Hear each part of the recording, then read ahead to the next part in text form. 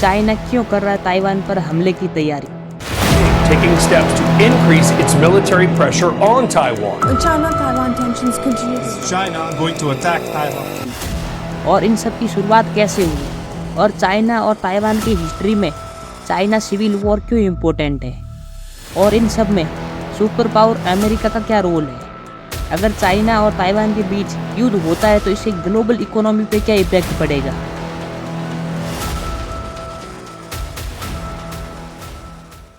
चलिए जानते हैं इस वीडियो में।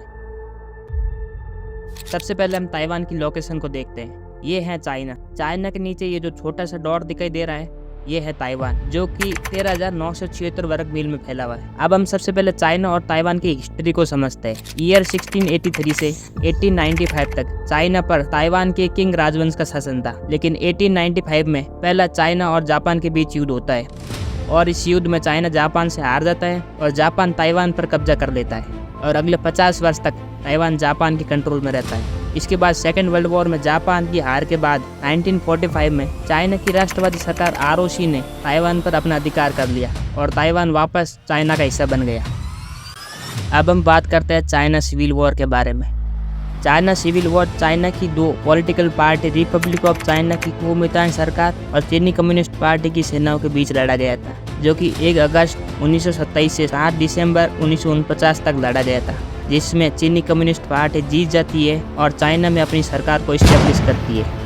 इसके बाद 1 अक्टूबर 1949 में पीपल्स रिपब्लिक ऑफ चाइना की घोषणा करते हैं। वहीं रिपब्लिक ऑफ चाइना और उनके समर्थन वाले 1.5 मिलियन लोग ताइवान भाग जाते हैं और ताइवान में रिपब्लिक ऑफ चाइना की सरकार को इस्टेब्लिश करते हैं। यहीं से शुरू होता है चाइना और ताइवान के बीच का संघर्ष। रिपब्लिक ऑफ चाइना और पीपल्स रिपब्लिक ऑफ चाइना दोनों ही सरकार अपने आप को मेनलैंड चाइना की रियल वैलिड सरकार होने का दावा करती है। अब हम बात करते हैं चाइना और ताइवान के आपसी संघर्ष में अमेरिका का क्या रोल है। 1950 में ही चाइना और ताइवान के बीच में आपसी हमले शुरू हो गए थे, जिसमें चाइना ने ताइवान पर बमबारी करनी शुरू कर दी थी। तब अमेरिका के राष्ट्रपति ने जल सेना के जंगी जहाज को चाइना और ताइवान के बीच के समुद्र में पहरादारी करने के लिए भेजा था और 1954 में अमेरिका के राष्ट्रपति आइजनहावर ने ताइवान के साथ आपसी रक्षा संधि पर हस्ताक्षर किए थे, जिसमें अगर चाइना ताइवान पर हमला करता है तो अमेरिका ताइवान का साथ देगा। लेकिन चाइना ने कई बार ताइवान को धमकाया और ताइवान को एक अस्थायी सरकार का नाम दिया, लेकिन अमेरिका के समर्थन के कारण चाइना ताइवान पर कभी सीधे तौर पर हमला नहीं कर पाया। 1980 के शुरुआत में चाइना के राष्ट्रपति डेंग जियाओपिंग ने ताइवान के सामने 1 कंट्री 2 सिस्टम पॉलिसी का प्रस्ताव रखा, जिसे ताइवान ने रिजेक्ट कर दिया।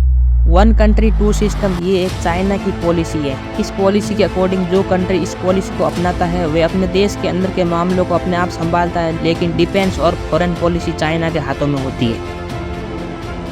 इसके बाद 2005 में चाइना ने एक लॉ पास किया था, जिसका नाम एंटी सेसेशन लॉ था।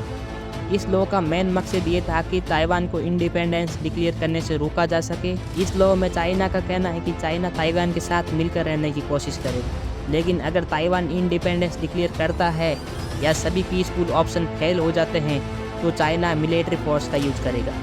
बेसिकली ये लॉ चाइना के वन चाइना प्रिंसिपल को सपोर्ट करता है। चाइना ने ताइवान को हमेशा से एक ऐसे भाग के रूप में देखा है जो उसे अलग हो गए हो, लेकिन चाइना का मानना है कि फ्यूचर में ताइवान वापस चाइना का पार्ट बन जाएगा। 2016 से चाइना ने ताइवान पर मिलिट्री और पॉलिटिकली दबाव बढ़ा दिया। चाइना ने ताइवान की सीमा के आसपास नौसेना के जहाज, ड्रोन और फाइटर जेट तैनात कर दिए। 2021 आते आते चाइना के फाइटर जेट ताइवान की सीमा में घुसपैठ करके ताइवान पर दबाव बनाते हुए दिखे। अक्टूबर 2021 में एक ही दिन में चाइना के 56 फाइटर जेट ताइवान की सीमा में दाखिल होते हैं। इसके बाद ताइवान के डिफेंस मिनिस्टर ने कहा कि चाइना के साथ उसके रिलेशन पिछले 40 सालों में सबसे खराब दौर से गुजर रहे हैं। चलिए अब हम जानते हैं अगर चाइना और ताइवान के बीच युद्ध होता है तो इससे ग्लोबल इकोनॉमी पे क्या इम्पैक्ट पड़ेगा। चाइना और ताइवान दोनों ग्लोबल व्यापार के महत्वपूर्ण केंद्र हैं। ताइवान दुनिया का सबसे बड़ा सेमीकंडक्टर निर्माताओं में से एक है। चाइना और ताइवान वॉर से सेमीकंडक्टर की पूर्ति में कमी आ सकती है, जो ग्लोबल इलेक्ट्रॉनिक्स और ऑटोमोबाइल इंडस्ट्रीज को प्रभावित कर सकता है। वहीं चाइना दुनिया का सबसे बड़ा इलेक्ट्रॉनिक्स, मशीनरी, कपड़े और खिलौने का एक्सपोर्टर है। अगर चाइना और ताइवान के बीच युद्ध होता है तो इससे बहुत सारे देशों की इकोनॉमी पर इफेक्ट पड़ेगा, जिससे ग्लोबल इकोनॉमी में एक बहुत बड़ा डाउनफॉल आ सकता है।